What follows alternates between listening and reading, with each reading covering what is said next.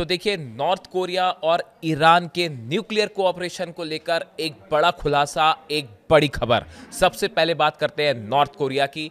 खबरों के मुताबिक नॉर्थ कोरिया यानी कि किम जोंग उन कभी भी न्यूक्लियर टेस्ट कर सकते हैं। 7वां न्यूक्लियर धमाका कर सकता है नॉर्थ कोरिया।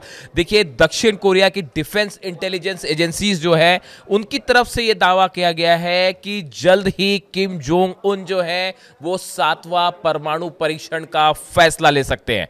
और यह दावा ऐसे समय पे हुआ है जब डोनाल्ड ट्रंप जो है, उन्होंने नॉर्थ कोरिया के साथ न्यूक्लियर बातचीत को लेकर दबाव बनाना शुरू कर दिया है। और हाल ही में हमने देखा कि ट्रंप के आदेश के बाद जो है अमेरिका ने बड़ी परमाणु मिसाइल जो है मिनटमैन 3 का परीक्षण किया। इसके पहले रूस ने, पुतिन ने जो है वो अपनी न्यूक्लियर मिसाइल का परीक्षण किया। अब ये इन हालात में खासकर अमेरिका के न्यूक्लियर मिसाइल के परीक्षण के बाद ये खबर आ रही है कि किम जोंग उन किसी भी वक्त न्यूक्लियर ब्लास्ट कर सकते हैं, 7वां परमाणु परीक्षण कर सकते हैं। देखिए, पिछली बार जो है 2017 में अंडरग्राउंड न्यूक्लियर टेस्ट किया था नॉर्थ कोरिया ने, और उसके बाद अब खबर है कि कभी भी न्यूक्लियर परीक्षण हो सकता है।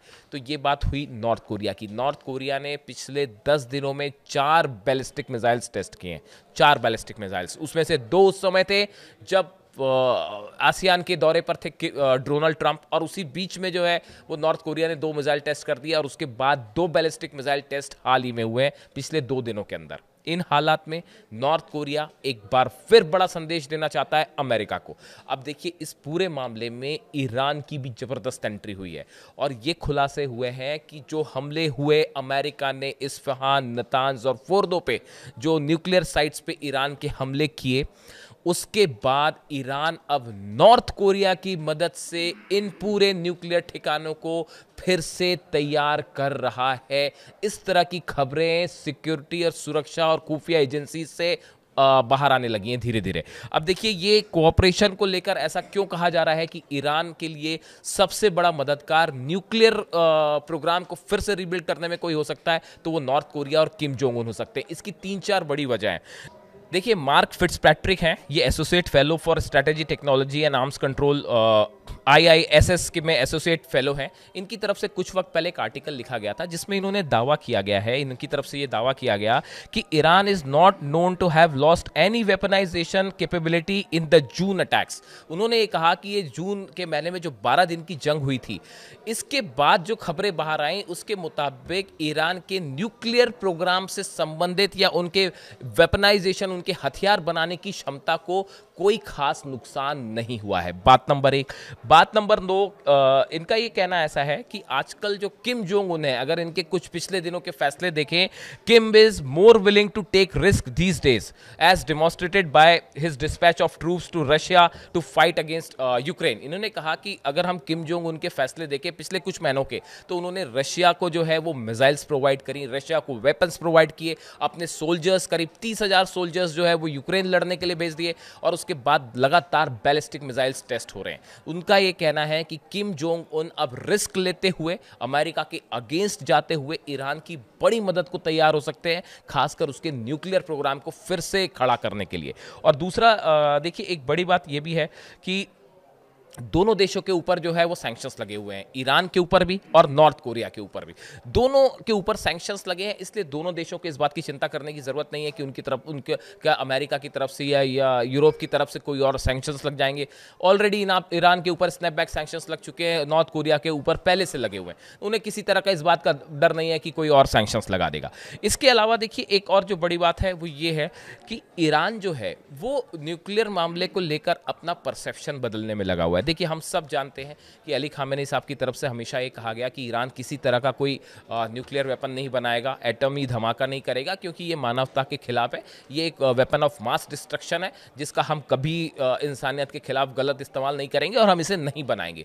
लेकिन इसके साथ ही ईरान में बहुत बड़े नंबर्स में अब ये सांसद भी ये कह रहे हैं और बड़ी संख्या में लोग भी ये कह रहे हैं कि ईरान कभी न्यूक्लियर बॉम्ब का पहले इस्तेमाल ना करे, किसी तरह का उसका मिसयूज ना करे, लेकिन खुद की सुरक्षा के लिए एक डिटरेंस के तौर पर ईरान को न्यूक्लियर धमाका करना चाहिए और बम बनाना चाहिए, ताकि अगर दूसरा देश, जैसे पिछली बार हमले हुए तीनों न्यूक्लियर साइट्स पे अमेरिका ने हमले किया, या इजराइल की तरफ से हमले होते और तेहरान में हमने देखा बम्बार्डमेंट्स हुए जिसमें आम लोगों की मौत होती है, ऐसे सूरत में ये न्यूक्लियर बॉम्ब एक डिटरेंस के रूप में काम करेगा और सामने वाला देश शायद हमला ही नहीं करे। इसलिए एक बड़ा परसेप्शन चेंज है ये ईरान में कि क्या न्यूक्लियर वेपन बनाना चाहिए, और इसको लेकर वहां एक बड़ी डिबेट छिड़ी हुई है। इन हालात में कई लोगों का यह भी मानना है कि अगर ईरान न्यूक्लियर बम बनाता है तो ये किसी तरह के आदेश का कोई उल्लंघन नहीं होगा, ये सेल्फ डिफेंस के लिए होगा। तो ये देखिए, किसी भी सोसाइटी में जब कोई फैसला होता है, कोई भी देश जब फैसला होता है, तो उसके अंदर पहले विचार विमर्श होता है, अच्छे से चर्चा होती है, दोनों पक्षों की बातें सुनी जाती हैं, उसके बाद फैसला लिया जाता है। तो ईरान का एक वर्ग ऐसा है जो कि ये कहता है कि अली खामेनी साहब का जो आदेश है वो सबसे बड़ा है, सर्वोच्च है, वो जो फैसला लेंगे वो बिल्कुल उसको माना जाएगा। लेकिन अगर किसी तरह का बम ईरान बनाता है तो ये किसी तरह का ये सिर्फ सेल्फ डिफरेंस के लिए होगा और ये किसी तरह के किसी आदेश का उल्लंघन नहीं होगा। ऐसा कई सारे लोग इस बात को मान के चलते हैं। इसके अलावा आप देखिए, अगर नॉर्थ कोरिया और ईरान की बात करें तो मिसाइल कोऑपरेशन दोनों देशों के बीच में 1987 से चल रहा है, जब से कहा गया कि North Korea has sold ballistic missiles to Iran and other Middle Eastern countries. 1987 से ये कोऑपरेशन चल रहा है। उसके बाद कई सारी ईरान की बैलिस्टिक मिसाइल्स जो रही हैं, पहले हमने देखी, इसकी जो टेक्नोलॉजी है, बताया जाता है ये नॉर्थ कोरिया की मिसाइल्स की टेक्नोलॉजी पे बेस्ड है। देखिए, इसके साथ खबर ये भी थी कि 2020 में 2020 में नॉर्थ कोरिया और तेहरान ने लॉन्ग रेंज बैलिस्टिक मिसाइल पर एक साथ मिलकर काम करना शुरू किया था। और देखिए, कुछ ही समय में एक तरफ ईरान जो है वो आईसीबीएम का दावा कर चुका है, जो मैंने अपना पिछला वीडियो बनाया कि आईसीबीएम बना चुका, और उसका वीडियो भी सामने आया और क्लेम कर लिया है कि आईसीबीएम बन चुकी है, 10,000 किलोमीटर रेंज है। वहीं दूसरी तरफ लगातार जो है वो नॉर्थ कोरिया भी अपनी लॉन्ग रेंज बैलिस्टिक मिसाइल्स का परीक्षण कर रहा है, और एक बहुत बड़ी लॉन्ग रेंज की मिसाइल जो है वो बताया जा रहा है कि कभी भी टेस्ट हो सकता है नॉर्थ कोरिया की तरफ से, जो कि अमेरिका तक वॉर करने में वो भी सक्षम है। अब इन हालात में देखिए, दोनों देशों के बीच जो कोऑपरेशन चल रहा है और जो स्थितियां हैं, इन सूरत में बताया जाता है कि नॉर्थ कोरिया और ईरान दोनों मिलकर ईरान के जो न्यूक्लियर प्रोग्राम को नुकसान पहुंचा है उसको मिलकर खड़ा कर सकते हैं। देखिए, जो रिपोर्ट्स कहती है, जो इंटेलिजेंस की रिपोर्ट्स बताती हैं कि नॉर्थ कोरिया के पास जो कैपेबिलिटी है यूरेनियम एनरिचमेंट करने की, देखिए उनके दो फैसिलिटीज़ हैं, एक है योंगब्योंग और दूसरी है कैंगसोंग।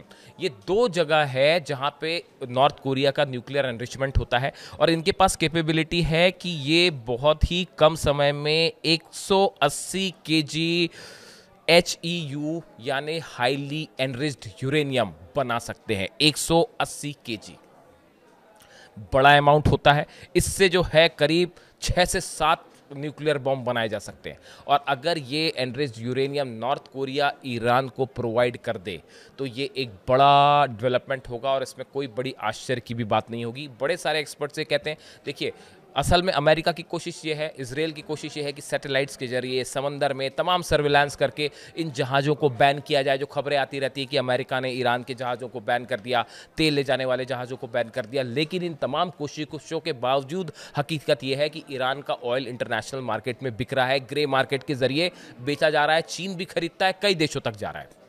इस सूरत में नॉर्थ कोरिया के लिए बिल्कुल मुश्किल नहीं होगा कि यूरेनियम या किसी तरह की सेंट्रीफ्यूजेस या वो सामान जिसको नुकसान पहुंचा है उसको जो है वो ग्रे मार्केट के जरिए ईरान पहुंचा दिया जाए। एक शिप से आजकल कई तरीके होते हैं, मैंने आपको बताया कि एक शिप पे शुरू होगा आना, समंदर के बीच में उसको दूसरे शिप पे लाद दिया जाएगा और पता चलेगा वो किसी पोर्ट पे गया और वहाँ से जहाज़ के जरिए जो है एयरप्लेन के जरिए पहुँचा दिया गया, या समंदर के रास्ते में ही 2-3 बार शिप्स चेंज करके सामान को पहुँचाया गया। न्यूक्लियर मटेरियल जो पहुँचाया जाता है कुछ बहुत बड़ा सामान नहीं होता है।